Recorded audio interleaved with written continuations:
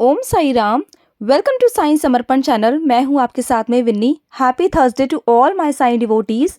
आज हम शुरू करेंगे अध्याय दूसरा। सब पर बाबा की कृपा बनी रहे। और साई सा चरित्र को पढ़ना या सुनना बात एक ही होती है। तो चलिए श्रवण करते हैं अध्याय दूसरा। ग्रंथ लेखन का ध्येय, कार्यारंभ में असमर्थता और साहस, गर्मागर्म बहस, अर्थपूर्ण उपाधि, हिमांड पंथ गुरु की आवश्यकता।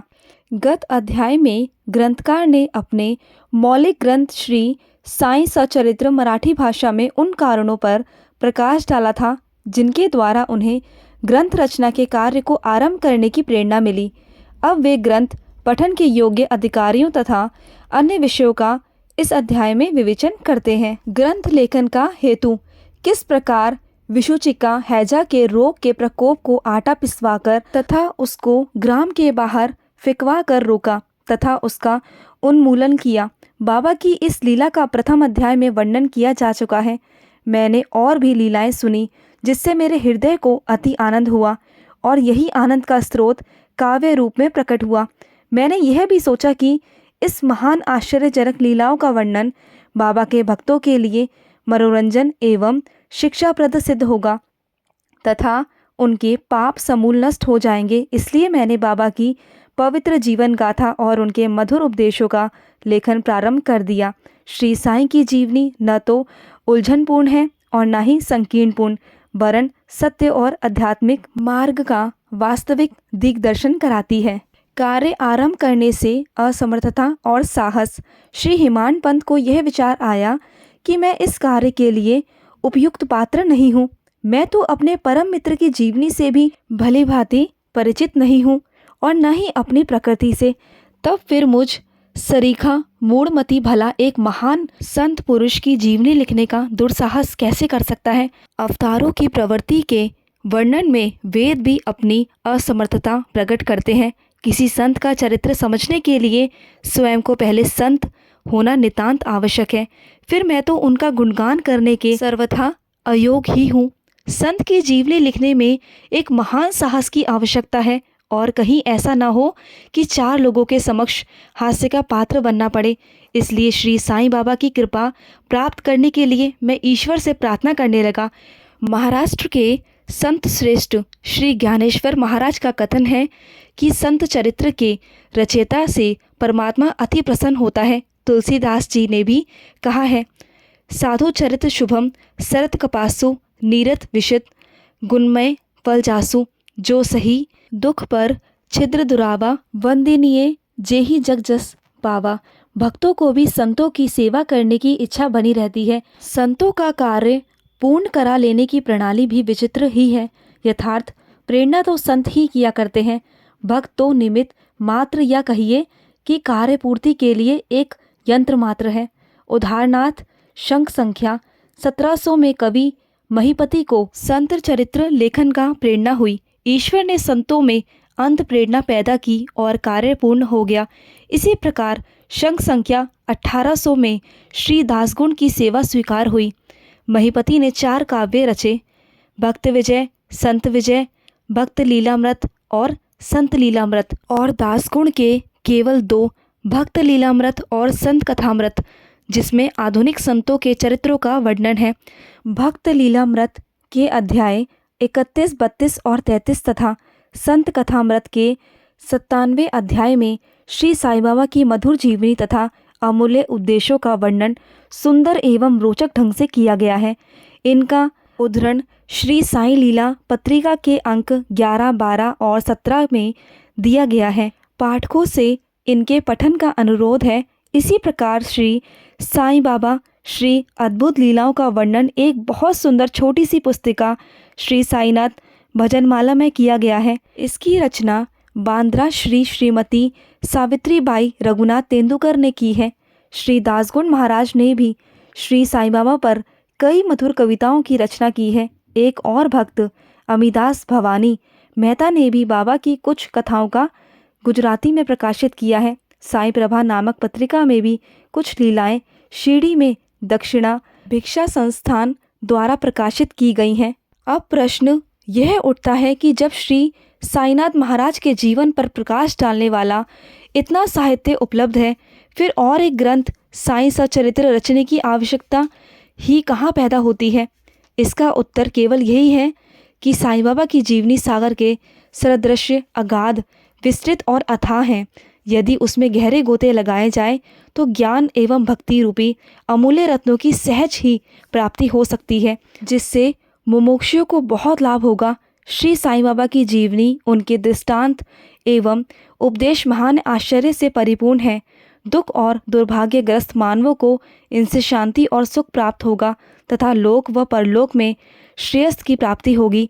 यदि श्री साईं बाबा के उपदेशों का, जो कि वैदिक शिक्षा के समान ही मनोरंजन और शिक्षाप्रद है, ध्यानपूर्वक श्रवण एवं मनन किया जाए तो भक्तों को अपने मनोवांछित फल की प्राप्ति हो जाएगी, अर्थात ब्रह्मा के अभिनंता अष्टांग योग की सिद्धि और समाधि आनंद आदि की प्राप्ति सरलता से हो जाएगी। यह सोचकर ही मैंने चरित्र की कथाओं को संकलित करना प्रारंभ कर दिया।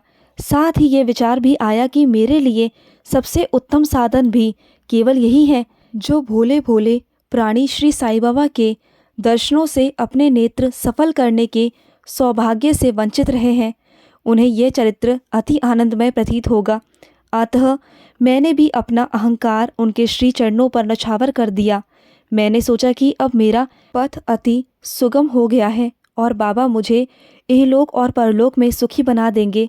मैं स्वयं बाबा की आज्ञा प्राप्त करने का साहस नहीं कर सकता था, अतः मैंने श्री माधवराव उपनाम श्यामा से, जो कि बाबा के अतरंग भक्तों में से थे, इस हेतु प्रार्थना की। उन्होंने इस कार्य के निमित्त श्री साईं बाबा से विनम्र शब्दों में इस प्रकार प्रार्थना की, हे अन्ना साहेब, आपकी जीवनी लिखने के लिए अति उत्सुक हूँ, परंतु आप कृपया ऐसा न कहना कि मैं तो एक फ़कीर हूँ तथा मेरी जीवनी लिखने की आवश्यकता ही क्या है।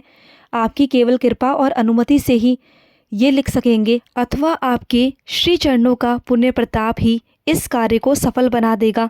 आपकी अनुमति तथा आशीर्वाद के अभाव में कोई भी कार्य यशस्वी नहीं हो सकता। यह प्रार्थना सुनकर बाबा को दया आ गई। उन्होंने आश्वासन और उदी देकर अपना वरद हस्त मेरे मस्तक पर रखा और कहने लगे कि इन्हें जीवनी और दृष्टांतों को एकत्रित कर लिपिबद्ध करने दो। मैं इनकी सहायता करूँगा। मैं स्वयं ही अपनी जीवनी लिखकर भक्तों की इच्छा पूर्ण करूँगा, परंतु इनको अपना अहं त्याग कर मेरे शरण में आना चाहिए। जो अपने जीवन में इस प्रकार आचरण करते हैं, उसकी मैं अत्यधिक सहायता करता हूँ। मेरी जीवनी कथाओं की बात तो सहज है, मैं तो इन्हें घर बैठे अनेक प्रकार से सहायता पहुँचाता हूँ। जब इनका अहं पूर्णतः नष्ट हो जाएगा और खोजने पर लेश मात्र भी न मिलेगा, तब मैं इनके अंतकरण में प्रकट होकर स्वयं ही अपनी जीवनी लिखूंगा। मेरे चरित्र और उपदेशों के श्रवण मात्र से ही भक्तों के हृदय में श्रद्धा जागृत होकर सरलतापूर्वक आत्मानुभूति एवं परमानंद की प्राप्ति हो जाएगी। ग्रंथ में अपने मत का प्रतिपादन और दूसरों का खंडन तथा अन्य किसी विषय के पक्ष या विपक्ष में व्यर्थ के वाद विवाद की कुचेष्टा नहीं होनी चाहिए। अर्थपूर्ण उपाधि हेमांड पंथ। वाद विवाद शब्द में हमको स्मरण हो आया कि मैंने पाठकों को वचन दिया है कि हेमांड पंथ उपाधि किस प्रकार प्राप्त हुई, इसका वर्णन करूँगा। अब मैं उसका वर्णन करता हूँ। श्री काका साहिब दीक्षित व नाना साहिब चांदोरकर मेरे अति घनिष्ठ मित्रों में से थे। उन्होंने मुझसे शिरडी जाकर श्री साईं बाबा के दर्शनों का लाभ उठाने का अनुरोध किया। मैंने उन्हें वचन दिया, परंतु कुछ बाधा आ जाने के कारण मेरे शिरडी यात्रा स्थगित हो गई। मेरे एक घनिष्ठ मित्र का पुत्र लोनावला में रोगग्रस्त हो गया। उन्होंने सभी संभव अति भौतिक और आध्यात्मिक उपचार किए, परंतु सभी प्रयत्न निष्फल हुए और ज्वर किसी प्रकार भी कम न हुआ। यह घटना देखकर मुझे विचार आया कि जब गुरु एक बालक के प्राणों की रक्षा करने में असमर्थ है, तब उनकी उपयोगिता ही क्या है, और जब उनमें कोई सामर्थ्य ही नहीं, तब फिर शिरडी जाने से क्या प्रयोजन। ऐसा सोचकर मैंने यात्रा स्थगित कर दी, परंतु जो होना है वो तो होकर ही रहेगा। और वह इस प्रकार हुआ। प्राताधिकारी नाना साहिब चंदोरकर बसई के दौरे पर जा रहे थे। वे ठाणा से दादर पहुँचे तथा बसई जाने वाली गाड़ी की प्रतीक्षा कर रहे थे। उसी समय बांद्रा लोकल आ पहुँची। जिसमें बैठकर वे बांद्रा पहुँचे तथा शिरडी यात्रा स्थगित करने के लिए मुझे आड़े हाथों लिया। नाना साहब का तर्क मुझे उचित तथा सुखमय प्रतीत हुआ और इसके फलस्वरूप मैंने उसी रात्रि शिरडी जाने का निश्चय किया और सामान बांधकर शिरडी को प्रस्थान कर दिया। मैंने सीधे दादर जाकर वहां से मनमाड़ की गाड़ी पकड़ने का कार्यक्रम बनाया। इस निश्चय के अनुसार मैंने दादर जाने वाली गाड़ी के डिब्बे में प्रवेश किया। गाड़ी छूटने ही वाली थी कि इतने में एक यवन मेरे डिब्बे में आया और मेरा सामान देकर मुझसे मेरा गंतव्य स्थान पूछने लगा। मैंने अपना कार्यक्रम उसे बतला दिया। उसने मुझसे कहा कि मनमाड़ की गाड़ी दादर पर खड़ी नहीं होती, इसलिए सीधे बोरी बंदर से होकर जाओ। यदि यह साधारण सी घटना घटित न हुई होती तो मैं अपने कार्यक्रम के अनुसार दूसरे दिन शिरडी न पहुंच सकने के कारण अनेक प्रकार की शंका कुशंकाओं में घिर जाता, परंतु ऐसा घटना न था। भाग्य ने साथ दिया और दूसरे दिन 9-10 बजे के पूर्व ही मैं शिरडी पहुंच गया। यह सन 1910 की बात है, जब प्रवासी भक्तों के ठहरने के लिए साड़ेवाड़ा ही एकमात्र स्थान था। तांगे से उतरने पर मैं साईं बाबा के दर्शन के लिए बड़ा ललायत था। उसी समय भक्त प्रवर श्री तात्या साहेब नूलकर मस्जिद से लौटे ही थे। उन्होंने बतलाया कि इस समय श्री साईं बाबा मस्जिद के मोड़ पर ही हैं, अभी केवल उनका प्रारंभिक दर्शन ही कर लो और फिर स्नान आदि से निवृत्त होने के पश्चात सुविधा से भेंट करने जाना। यह सुनते ही मैं दौड़कर गया और बाबा की चरण वंदना की। मेरी प्रसन्नता का पारावार ना रहा। मुझे क्या नहीं मिल गया था। मेरा शरीर उल्लसित सा हो गया। क्षुधा और तृषा की सुधि जाती रही। जिस क्षण से उनके भव विनाशक चरणों का स्पर्श प्राप्त हुआ, मेरे जीवन में एक नूतन आनंद प्रवाह बहने लगा। मैं उनका स्मरण कर उनसे मानसिक प्रणाम करता रहा। जैसे कि मेरे अनुभव में आया कि साईं के दर्शन में ही यह विशेषता है कि विचार परिवर्तन, सांसारिक भोगों से वैराग्य बढ़ता जाता है। केवल गत जन्मों के अनेक शुभ संस्कार एकत्रित होने पर ही ऐसा दर्शन प्राप्त होना सुलभ हो सकता है। पाठकों, मैं आपसे शपथ पूर्वक कहता हूँ कि यदि आप श्री साईं बाबा को एक दृष्टि भरकर देख लेंगे तो आपको संपूर्ण विश्व की साईमयी दिखलाई पड़ेगा। गर्मा गर्म बहस। शिरडी पहुँचने के प्रथम दिन ही बाला साहेब तथा मेरे बीच गुरु की आवश्यकता पर वाद विवाद छिड़ गया। मेरा मत था कि स्वतंत्रता त्याग कर पराधीन क्यों होना तथा जब कर्म करना पड़ता है तब गुरु की आवश्यकता ही कहाँ रही। प्रत्येक को पूर्ण प्रयत्न कर स्वयं को आगे बढ़ाना चाहिए। गुरु शिष्य के लिए करता ही क्या है, वह तो सुख से निद्रा का आनंद लेता है। इस प्रकार मैंने स्वतंत्रता का पक्ष लिया। बाला साहिब ने प्रारब्ध का। उन्होंने कहा कि जो विधि लिखित है वह घटित होकर रहेगा। इसमें उच्च कोटि के महापुरुष भी असफल हो गए हैं। कहावत है, मेरे मन कुछ और है, विधाता के कुछ और। फिर परामर्श युक्त शब्दों में बोले, भाई साहब, यह नीरी विद्वता छोड़ दो, यह अहंकार तुम्हारी कुछ भी सहायता न कर सकेगा। इस प्रकार दोनों पक्षों के खंडन मंडन में लगभग 1 घंटा व्यतीत हो गया और सदैव की भांति कोई निष्कर्ष न निकल सका। इसलिए तंग और विवश होकर विवाद स्थगित करना पड़ा। इसका परिणाम यह हुआ कि मेरी मानसिक शांति भंग हो गई तथा मुझे अनुभव हुआ कि जब तक घोर दैहिक बुद्धि और अहंकार न हो तब तक विवाद संभव नहीं। वस्तुतः यह अहंकार ही विवाद की जड़ है।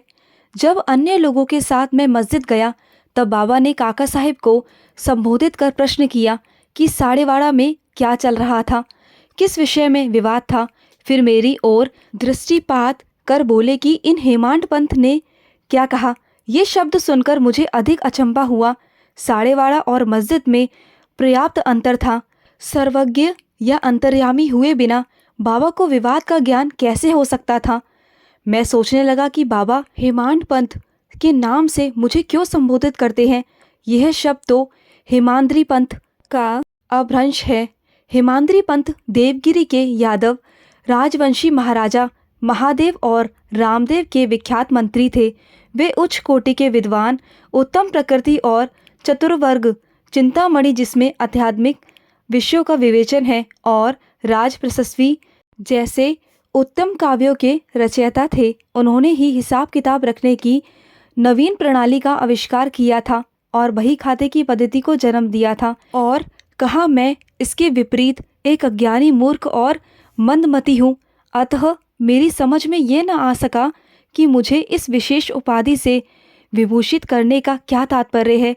गहन विचार करने पर मैं इस निष्कर्ष पे पहुंचा कि कहीं मेरे अहंकार को चूर्ण करने के लिए ही तो बाबा ने इस अस्त्र का प्रयोग नहीं किया है, ताकि मैं भविष्य में सदैव के लिए निर्भिमानी एवं विनम्र हो जाऊं, अथवा कहीं ये मेरे वाक्य चातुर्य के उपलक्ष्य में मेरी प्रशंसा तो नहीं है।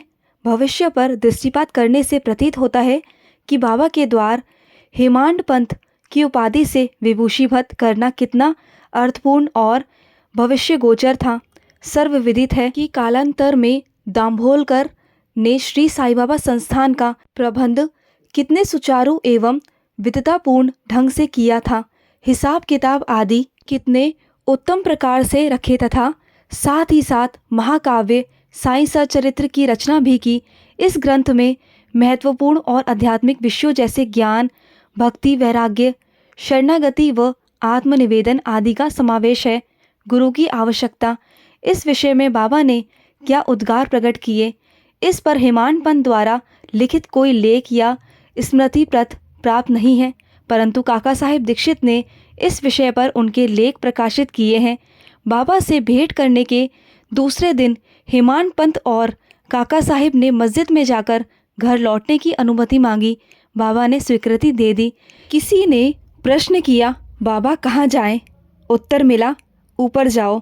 प्रश्न, मार्ग कैसा है? बाबा, अनेक पंथ है, यहाँ से भी एक मार्ग है, परंतु यह मार्ग दुर्गम है तथा सींग और भेड़िए भी मिलते हैं। काका साहेब, यदि पथ प्रदर्शक भी साथ हो तो? बाबा, तब कोई कष्ट न होगा।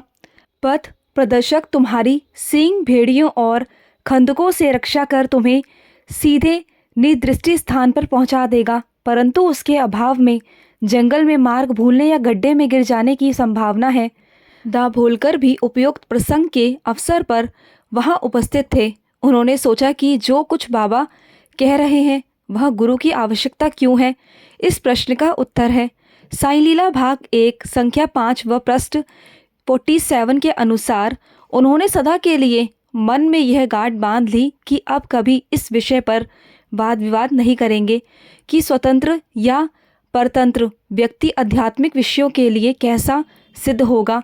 प्रयत्न इसके विपरीत यथार्थ में परमार्थ लाभ केवल गुरु के उपदेश पालन में ही निहित है। इन उपदेशों का वर्णन मूल काव्य ग्रंथ के इसी अध्याय में किया गया है, जिसमें लिखा है कि राम और कृष्ण महान अवतारी होते हुए भी आत्मानुभूति के लिए राम को अपने गुरु वशिष्ठ और कृष्ण को अपने गुरु संदीपनी की शरण में जाना पड़ा था। इस मार्ग में उन्नति प्राप्त करने के लिए केवल श्रद्धा और धैर्य, ये ही 2 गुण सहायक है। दूसरा अध्याय समाप्त हुआ। श्री सद्गुरु साईनाथ प्रमस्त शुभ भवत। श्री सद्गुरु साईनाथ महाराज की जय।